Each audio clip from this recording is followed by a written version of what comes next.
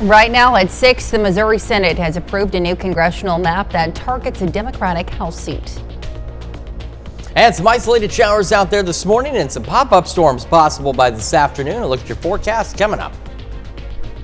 Plus, Missouri's Southern Spiva Library reopens after undergoing renovations. The 4 states' most watched news starts now. Well, good morning and welcome to the KOAM Morning News at 6 a.m. I'm Elise Noe. And I'm Chris Warner. It is Monday, September the 15th. We are now officially halfway through the month of September. Here but the last few days haven't felt like September, No, they've been real hot. Oh my gosh, tell me about it. And the bad news is it's going to stay hot a little longer. The good news is it does eventually come to an end. Great. But we just got a few more days to get through. First, though, we are going to begin with a live look outside in downtown Pittsburgh, and there it is. We have partly cloudy skies out there. We also have some isolated showers out west, which we'll show you in just a moment. MoDOT camera, 20th and Range Line in Joplin looking good as well. So there's those showers. Again, the expectation is these will be done by sunrise or even before sunrise. But radar trends, if you look at the loop, you can see where they just kind of keep recycling here. They're not doing much. They're not impressive by any means, but they're trying. But you can also see even the ones that have recycled, they flare up and they're starting to die down, and this activity is lifting on out of here. So I do still at this point think that by sunrise, by 7 a.m., these should be done. And we're going to be dry for a bit before we have an opportunity later this afternoon for some additional pop-up showers and storms. So around 3, 4 o'clock, we'll get some pop-up storms out there. As you can see, they're also very isolated. Most of us will be dry, but some of us will have a brief window between about 3 and, say, 7 for the possibility of an isolated pop-up shower or storm as we head into this afternoon. Temperatures this morning, 68 in Joplin, 67 in Pittsburgh, and across the region, we are very mild this morning. Most of us mid-upper 60s out there. Warm spot is Sedan right now at 71 and a cluster of 70s. Newada, Independence, and Chanute and Iola. So again, a very mild start to the day considering our average low is about 60 degrees.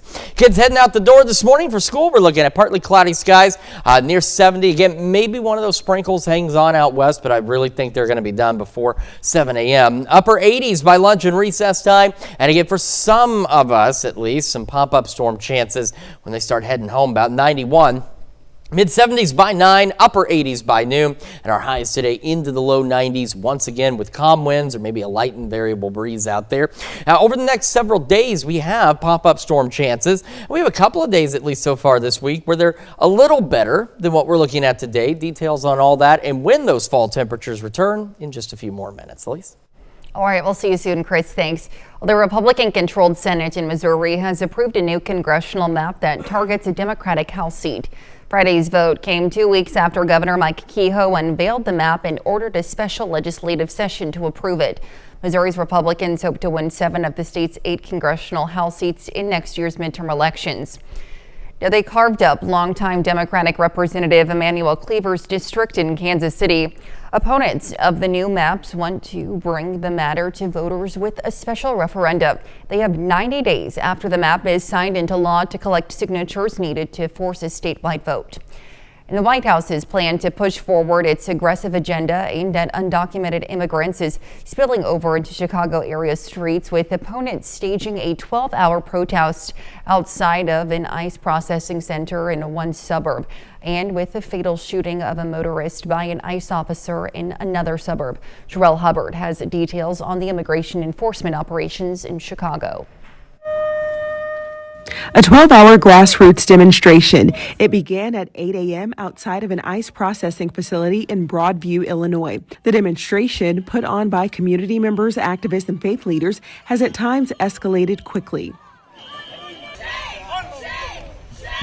The Chicago area has become a flashpoint in the Trump administration's efforts to detain and deport immigrants amidst the president's threats to deploy the National Guard to the city. This week, the Department of Homeland Security also announced Operation Midway Blitz, targeting undocumented immigrants in Illinois with criminal records. We'd love to go into Chicago and straighten it out. A person targeted during an Immigration and Customs Enforcement traffic stop in a Chicago suburb Friday morning was shot and killed by an officer, according to the Department of Homeland Security.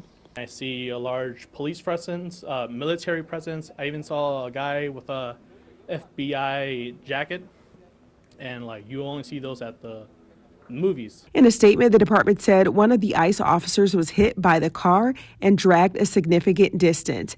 Fearing for his own life, the officer fired his weapon. Some Chicagoans saying enforcement actions are fueling fear and tragic outcomes. While we are still uncovering the details of this particular incident, we know the increasingly aggressive tactics of ICE do not keep our communities safe. I'm Sherelle Hubbard reporting. The officer sustained severe injuries but is in stable condition, according to a Homeland Security official. Homeland Security officials say Operation Midway Blitz has led to the arrests of undocumented immigrants convicted of crimes, including assault and driving under the influence. Back here in the 4 states, Spiva Library at Missouri Southern State University is turning the page on some much needed renovations. The library had to close its doors all summer long to make these changes, but as KOAM's Lonnie Walton reports, the new renovation will allow students much more space. It's made it as such an open space. It's welcoming. It's really a place where students can take their own little area. Patty DeArma is the library administration assistant for Missouri Southern. She says the library finally got some long-awaited renovations after it was shut down all summer. She says things look a little better than before. The old one was welcoming, but it was very packed and busy. Packed and busy is exactly what Library Director James Capacci wanted to put a stop to. We're standing now, we used to have a lot of more shelving with our bound periodicals, but we moved that collection upstairs. So one goal was to make the library more spacious for students. And with the online presence that we have as well, we didn't need all of the things that we used to have in the library. Capacci says the last renovation to the library was between 2000 and 2001. When the renovation project started earlier this summer, the carpet was 24 years old and was worn and starting to tear in many places. He also said the building also needed some new paint, but some things stayed the same. This mural behind me is of George A. Spiva. The library is named after him. He was a Joplin philanthropist. Both Capacci and DeArma says this is a place where students will thrive. With the new paint job, the new flooring, it looks modern, it looks updated. Also, it's more spacious. Hopefully students will love the new upgrades just as much. Reporting in Joplin, I'm Lonnie Walton, KOAM News. The library staff celebrated the new renovations with free treats for the students. And that's a look at this morning's top stories and why they're coming up on the KOAM Morning News. Pro-Palestine protests suspend the final stage of the Vuelta cycling race. We'll have the details. Plus, how a higher dose of semaglutide can help those with type 2 diabetes. And we have a sunny and clear skies today. Chris has another look at your weekly forecast. You're watching the KOAM Morning News. Time now, 6:08. We'll be right back, but first, here's a live look from Kellogg Lake Park in Carthage.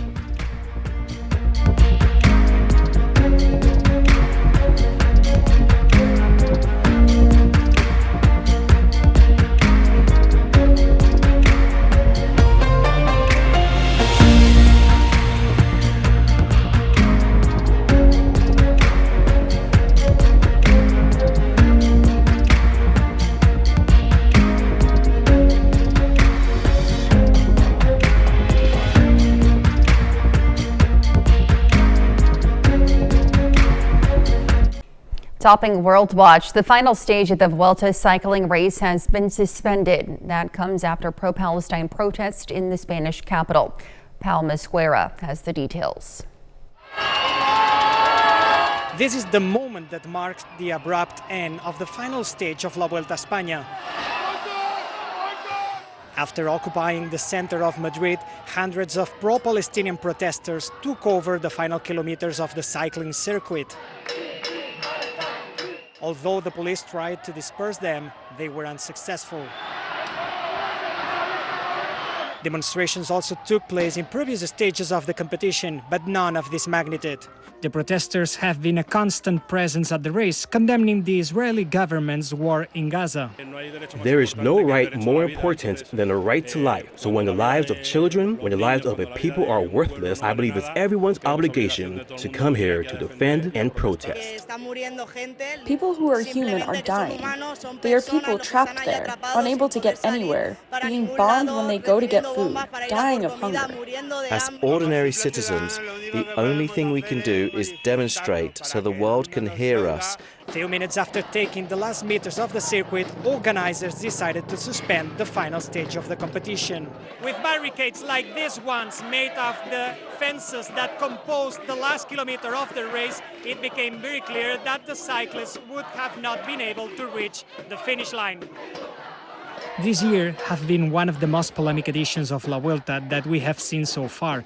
It has concluded with no podium ceremony, 2 people arrested and 22 police officers injured, according to a Spanish National Police spokesperson. Pau Mosquera, CNN, Madrid. The final stage of this year's Volta a España ended in unprecedented fashion, abruptly halted by mass pro-Palestinian protests that overturned the finish line, left dozens injured, and sparked global debate over sports and politics. And President Trump's new ambassador to the Vatican, Ryan Burch, a critic of the late Pope Francis, tried to ease tensions by gifting Pope Leo a Chicago-made birthday cake as Leo turns 70 this week. Now, despite Burch's controversial past, the Vatican accepted his appointment. Well, coming up next, Lori Horton joins us with a pumpkin cream cheese muffin recipe. Plus, we have warm and sunny conditions. Chris has a look at today's forecast. Good morning. I'm Elise Snowy with your KOAM News update. 2 weeks after Missouri Governor Kehoe unveiled new congressional maps, the Republican-controlled Senate gives approval. The redistricting targets a Democratic seat and could reshape Missouri's delegation. Missouri's Republicans hope to win 7 of the state's 8 congressional House seats in next year's midterm elections. Voters may get the chance to overturn the maps through a referendum. And a Newton County man faces arson charges 5 months after a house fire destroys a home in Wentworth. Justin Thomas Crouch was taken into custody Saturday to face second-degree arson charges. The April 11th fire completely destroyed the wood-framed home. The Newton County Prosecutor's Office filed the charges and issued a warrant for Crouch's arrest. And we've got an opportunity for some isolated pop-up storms this afternoon. Highs today into the low 90s. That window is going to be from about 3 to 7, and most of us will stay dry, and we will stay hot. Those shower chances wrap up. Partly cloudy through the evening, back into the upper 60s overnight. A few more scattered pop-up storms Tuesday through all the way into Sunday. Temperatures remaining above normal through Wednesday, and we're looking at more fall-like weather by the second half of this week, rolling into the next work week with temperatures into the low to mid 80s. Well, this morning we're joined with Lori Horton, who is sharing us a delicious fall recipe. We're making pumpkin cream cheese muffins. Yum. It's that time of year. It doesn't really feel like it right now, but you know, the calendar says that it's pumpkin time. So here we're gonna go. These are super easy. Really short ingredient list, so I love that about it. And these are just so perfect to make ahead. They keep in the fridge for several days. Right. And they make some really good gifts for, you know, whatever you've got going on this time of year.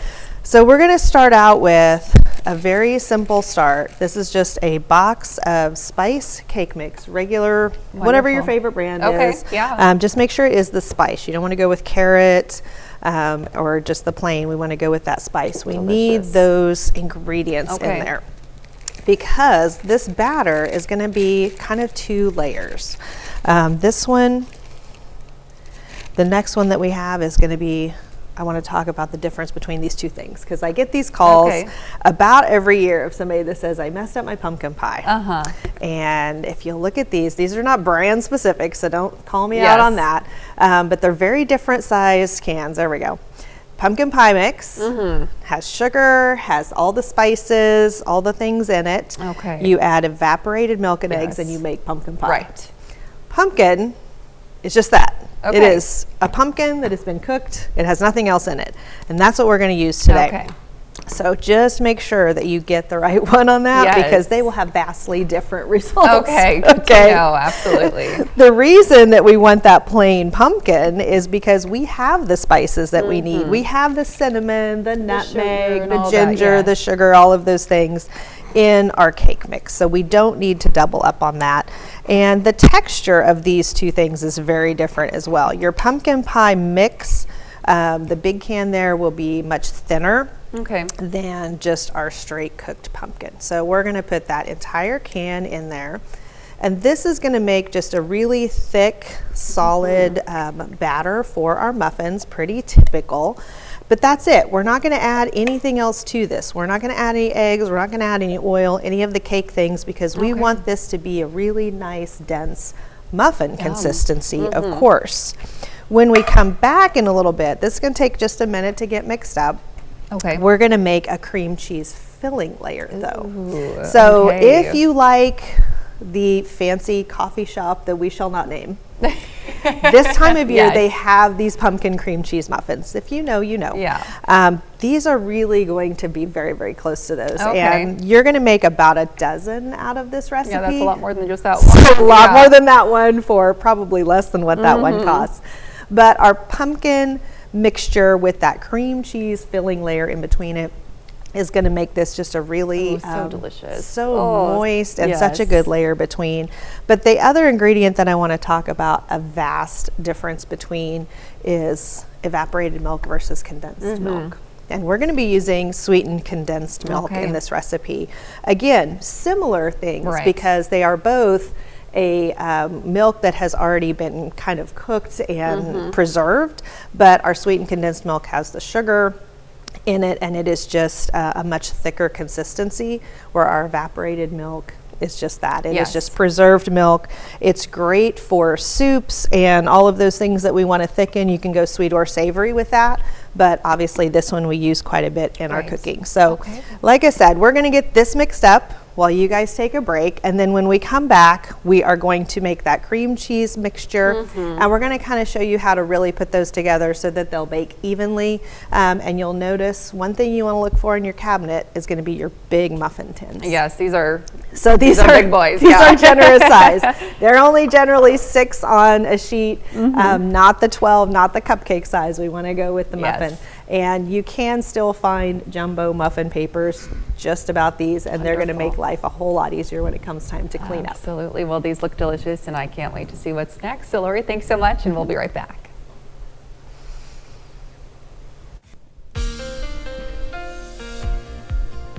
Welcome back to the KOAM Morning News, 6:23 on this Monday morning, and we are starting with the Skywatch Storm Tracker, where we still have a few isolated showers out here, getting ready to exit really Anderson and Coffee counties, way up north there. Then we head south, and we've got a little shower here that's east of Fredonia, east of Altoona. And then down south of that, just to the southeast of Neodesha and northeast of Independence, west of Cherryvale, another shower, and then another one down here to the west of Coffeyville, stretching into northwestern Newcastle County, and then down through Bartlesville and Washington County, at least east of 75, some of those showers. And they've tried to recycle, but again, the overall expectation is that by sunrise, maybe a little after, they're done. Sunrise, I'm combining it. Sunrise is at 7. Sunrise, all right? So you can see too where they recycle a bit. They fizzle out, they come back up, but they're really not doing much, and they should be gone before too much longer. And then we'll be dry most of the day until we get into the early afternoon hours. By about 3, we start to see opportunities for isolated pop-up storms. Now again, these are going to be very isolated in nature, so as you can see, the majority of us remain dry, but some of us could get a shower or thunderstorm. The best window for any of these is going to be from about 3 to 7. Then they're done. We'll go partly cloudy through the rest of the evening and the overnight, and Tuesday starts very similar to today, just very likely without the isolated showers in southeast Kansas. It'll be partly cloudy, and as we roll into Tuesday afternoon again, we get another opportunity for some pop-up storms. And as you can see, these are a bit more widespread, and so it's one of those things, I didn't count them individually, but we're going from 2 or 3 pop-up storms today to a possibility of seeing upwards of 10 or 12 pop-up storms. So that's the thing, though, is it's still only 12 over this entire region, which means a lot of us will still be dry as we head through the afternoon, and the better chances will be right along and immediately east of the US 69 corridor. But you can see these ones stick around a little longer. It's 8 o'clock. Stockton, maybe some showers and storms, a few isolated showers out there. As I said, even though the better concentrations east of 69 doesn't mean we can't get some west of that point by any means. It's just that's the better opportunity. Then we'll go partly cloudy late evening, overnight into our Wednesday. Wednesday is a change, though. Wednesday's interesting. It's pop-up storm chances, and it's, again, in that zone of 10 or 12 of them, but they're chances across the whole area at varying times of the day. So by 9, 10 o'clock Wednesday morning, showers, thunderstorms, pop-up storms out into southeastern Kansas. Those continue through the lunch hour, and then they begin to fizzle out. Then we go east, and east of 69, really almost east of 49, more pop-up showers and thunderstorms develop in the afternoon on Wednesday, and then those kind of die out, and then we'll shift back to the west for some additional isolated to scattered storms in parts of southeast Kansas, and these will continue into the overnight hours because Wednesday and the Thursday, that is our relief from this heat. So we have this boundary coming through that'll help these storms maybe linger on a bit. No severe weather is expected at this time with any of this activity over the next several days. Just a heads up there. All right, low 70s to start, mid 80s by 11 o'clock this morning. Partly cloudy skies out there. Okay, we'll get those chances for isolated storms later. Highs today, low 90s, same Tuesday. In fact, into Wednesday. See, that's what I was talking about. From Wednesday night into Thursday, slightly better rain chances, not by a lot, but we're going to keep an eye on it. And our temperatures finally get back to a much more seasonable level in the low to mid 80s. That's a check of your forecast. We're going to toss it over to Lise now with Health Watch.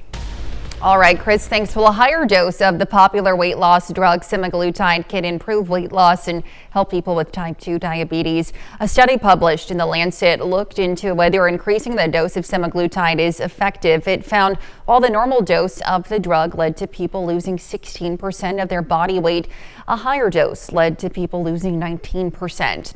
And half of adults who start taking popular weight loss drugs stop using them within a year. A study in Denmark reports that this is concerning because the drug semaglutide is not meant to be a temporary quick fix.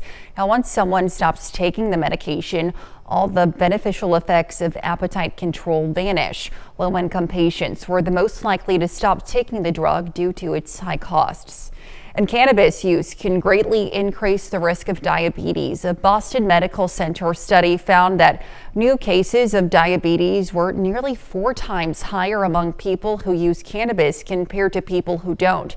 But the study's authors say more research is needed to fully explain the association between cannabis and diabetes and whether other factors play a role. The Ozark Center Crisis Services and Freeman Health were at the Joplin Greenhouse over the weekend to help save lives. The event is called the Caravan of Hope, an initiative rolling through the Joplin area during Suicide Prevention Awareness Month. Customers had the opportunity to write messages of hope for struggling victims, while mental health professionals offered advice on how to stay safe during intense situations. Suicide is a leading cause of death, but it is preventable, and we lose an American every 11 minutes to suicide, which is more than car crashes and homicides. So the message is to bring hope. Now, according to Freeman Health, Missouri currently ranks 16 in the nation for suicides. Healthcare professionals encourage anyone to text or dial 988 if they're experiencing suicidal thoughts. And that's a look at some of today's top health stories. We'll be right back. Right now at 6:30, the Treasury Department is giving the Epstein files financial documents a thorough probing. And we've got an isolated shower or two out west and then pop-up storms possible later today. A look at your forecast coming up.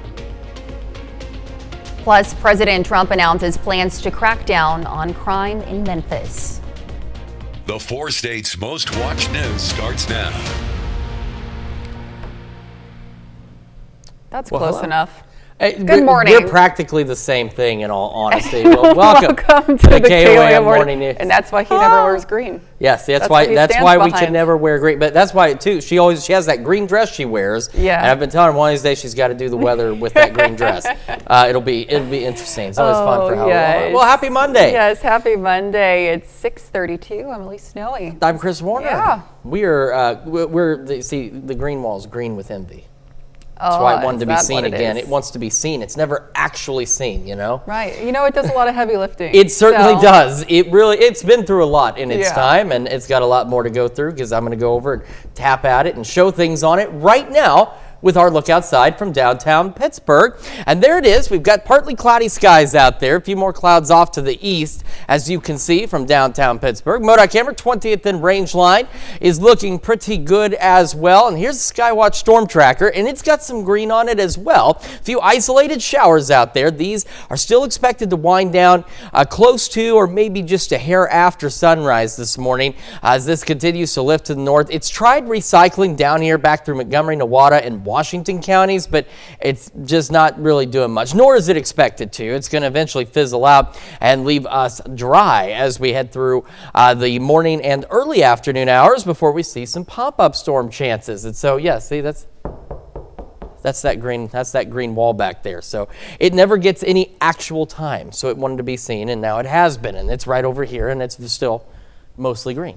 All right, on to the future track. By noon, doing all right, partly cloudy skies, and by about 3 o'clock or so, we'll start to see opportunities for pop-up storms. Now, these are going to be very isolated in nature today. The majority of us will remain dry, but at least some of us from approximately 3 to 7 are going to have an opportunity for a stray shower or thunderstorm as we head through the afternoon. All right, 68 in Joplin, 66 in Pittsburgh, and around the region, temperatures look like this. Mid-upper 60s. Now, Sedan was the warm spot earlier at 71. You've come back down, and you're now with that cluster. Sedan, Independence, and Iola all sitting at 70 this morning. Bear in mind, average low is about 60, so above average to say the least. Near 70 when kids head out the door this morning. Will be upper 80s by lunch and recess time. And again, for some of us, an isolated pop-up storm or two. Otherwise, partly cloudy, hot when they start heading home. We'll go mid-70s by 9, upper 80s by noon. Our highs today once again in the low 90s. And bear in mind, average high is about 83, 84 for this time of year. So not quite there yet, but we will get back to those normal temperatures. We'll tell you when that happens and about some additional rain chances we have this week here in just a few more minutes. Elise? All right, Chris, thanks. Well, the Treasury Department says it will cooperate with the House Oversight Committee's Jeffrey Epstein investigation. In a letter to the committee, the department said it would turn over certain bank records known as suspicious activity reports. These include sensitive information and require a specific process for how they get shared.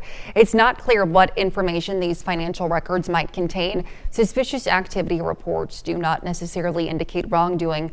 Millions are filed each year and few lead to law enforcement inquiries. The annual walk to end Alzheimer's took place in Joplin over the weekend at Mercy Park in Joplin, with 200 people participating to help raise awareness and provide support to families impacted by the disease. The oldest town in Jasper County celebrated this weekend. Chief Sarcoxy Days brings the community together for family-friendly fun. The event included a parade along with vendors filling the town and live music. The Chief Sarcoxy Days has been going on since I was a kid, and I always enjoyed coming here and doing the games and eating from the vendors and showing livestock. We've tried to maintain and grow Chief Sarcoxy Days. It's a small festival and a good way for the community to socialize and do good for the community. The second Hispanic Music Festival kicked off at the Bicknell Center in Pittsburgh with the salsa band named Son Tumbo out of Wichita. The month-long celebration will have music all throughout September and October. Organizer Isaac Hernandez said Son Tumbo is known for high-powered performances of Latin music. Favorite part from this event is just to see our community involved, our community enjoying, having good time, making each other laugh, dance, maybe teach some steps here and there, but just to enjoy, just to be a whole family, a whole community in one place. The next concert will be Wednesday the 17th and will be a performance by Dr. Genardo Mendez. Well, first it was Washington, D.C. and now Memphis will be next. President Trump says the city will be added to his administration's crackdown on crime. John Lawrence reports.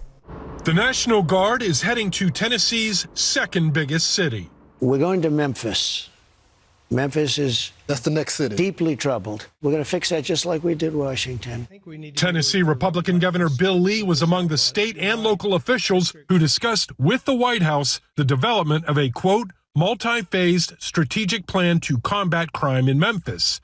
Democratic Memphis Mayor Paul Young was also involved with the talks. I want to be clear. I did not asked for the National Guard, and I don't think it's the way to drive down crime. However, that decision has been made. President Trump says his call for federal forces in Memphis came after speaking to Union Pacific CEO Jim Vena, who used to work in Memphis. He said, when I walk 1 block to my hotel, they won't allow me to do it. They put me in an armored vehicle with bulletproof glass to take me 1 block. He said, it's so terrible. So far, there's no official date set for sending troops to Memphis, but in a social media post, Governor Lee says he'll be working out the details with the Trump White House. I'm certainly not happy about the National Guard. I am looking forward to trying to find ways to invest in the things that we're already doing to address crime in our city. I'm John Lawrence reporting. And that's a look at our top news stories coming up this half hour on the KOAM Morning News. How your favorite TV stars did at last night's Emmys. We'll be right back, but first, here's a live look from Kellogg Lake Park in Carthage.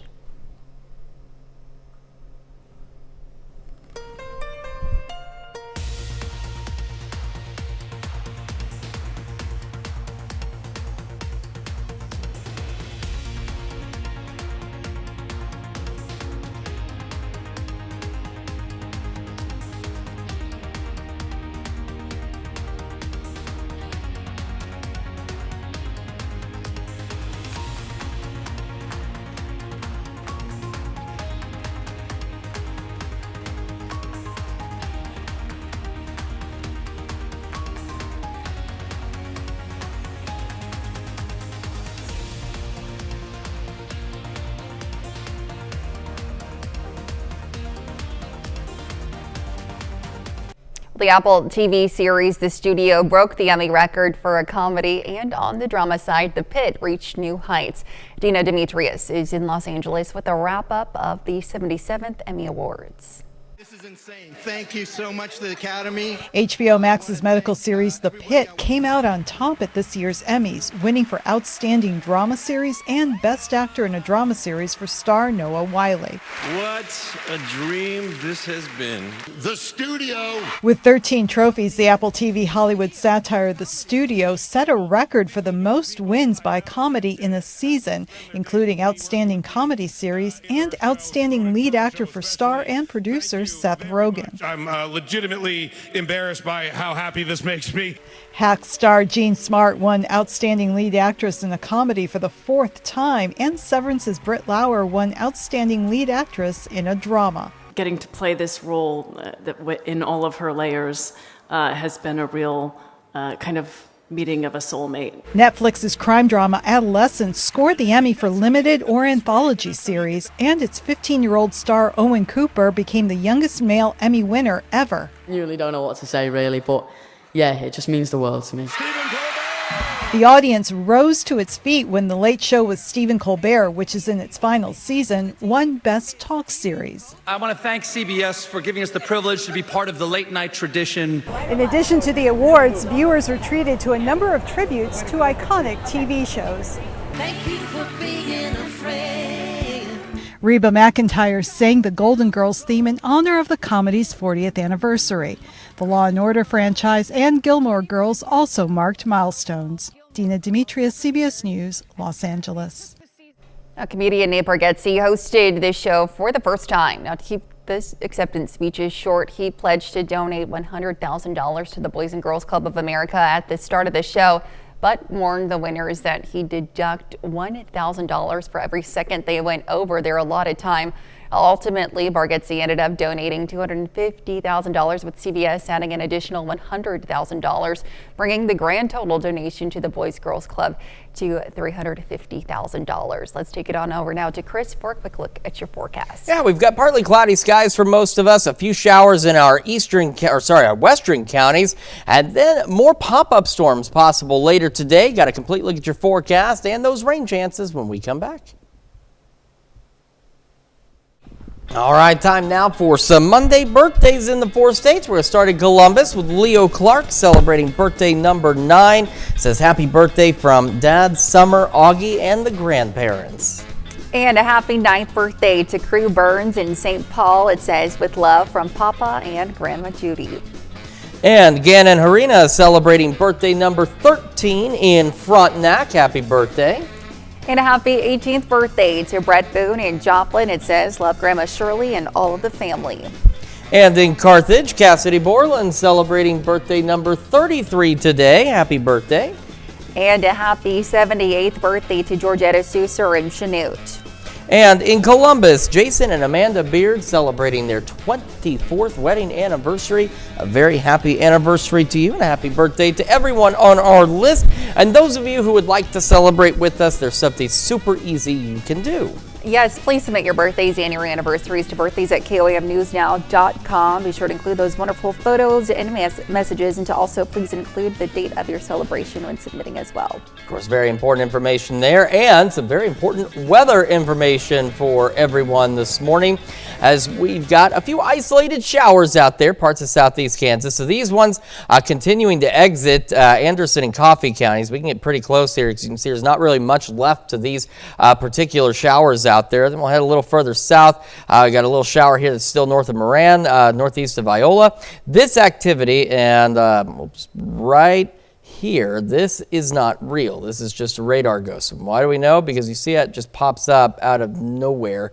And it's also a typical spot that we do see that show up sometimes. But the shower activity that is right here is real. So just east of Neodesha, just to on the west sides there of Thayer, we've got those showers. As we head again a little further south, we got some west of Coffeyville and east of Independence, and then still stretching back into parts of Washington and Newata counties as well. All of this still expected to begin fizzling out before too much longer, and that's exactly really what it's doing. It tried recycling a bit this morning, and if you watch the loop, you'll see where some new showers would flare up and then they stop.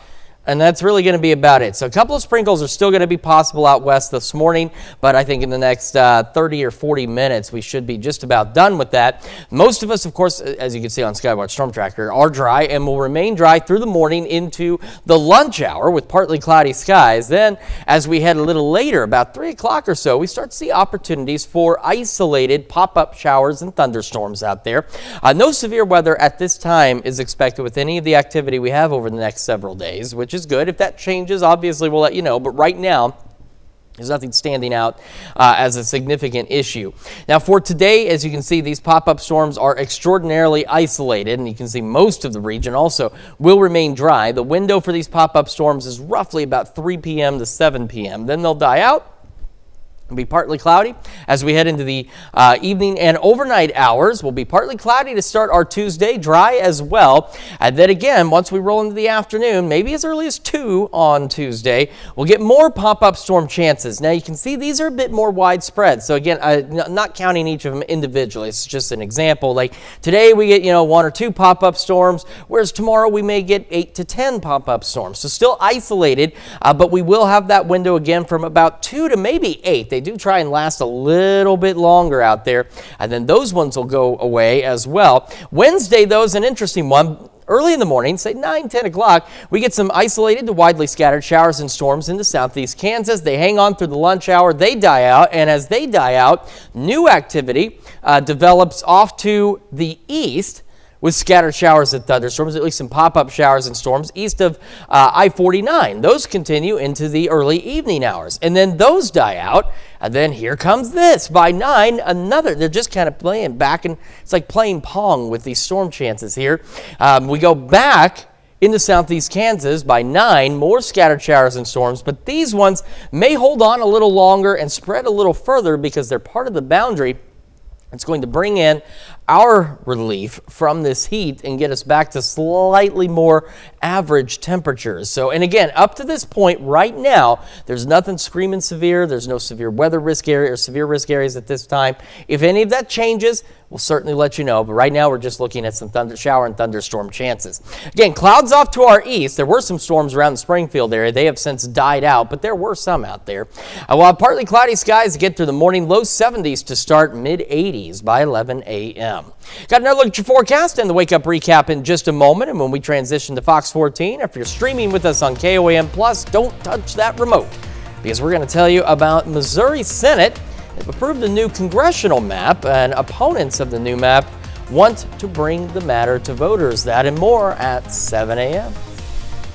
Good morning. I'm Elise Snowy with your KOAM News update. Spiba Library at Missouri Southern State University is turning the page on some much needed renovations. The library had to close its doors all summer long to make those changes. KOAM's Lonnie Bolton reports. It's made it as such an open space. It's welcoming. It's really a place where students can take their own little area. Patty DeArma is the library administration assistant for Missouri Southern. She says the library finally got some long-awaited renovations after it was shut down all summer. She says things look a little better than before. The old one was welcoming, but it was very packed and busy. Packed and busy is exactly what Library Director James Capacci wanted to put a stop to. We're standing now, we used to have a lot of more shelving with our bound periodicals, but we moved that collection upstairs. So one goal was to make the library more spacious for students. And with the online presence that we have as well, we didn't need all of the things that we used to. Well, this is your wake up recap for September 15th. The top stories to start your day. 2 weeks after Missouri Governor Kehoe unveiled new congressional maps, the Republican-controlled Senate gives approval. The redistricting targets a Democratic seat and could reshape Missouri's delegation. Missouri's Republicans hope to win 7 of the state's 8 congressional House seats in next year's midterm elections. Voters may get the chance to overturn the maps through a referendum. And a Newton County man faces arson charges 5 months after a house fire destroys a home in Wentworth. Justin Thomas Crouch was taken into custody Saturday to face second-degree arson charges. The April 11th fire completely destroyed the wood-framed home. The Newton County Prosecutor's Office filed the charges and issued a warrant for Crouch's arrest. An immigration enforcement turns violent in Chicago suburbs as Operation Midway Blitz targets undocumented immigrants. An ICE officer fatally shoots a person during a traffic stop after the department says the suspect dragged an agent with their vehicle. The officer sustained severe injuries but is in stable condition, according to a Homeland Security official. Meanwhile, protesters demand accountability during a marathon demonstration. And that's a check of today's Wake Up Recap.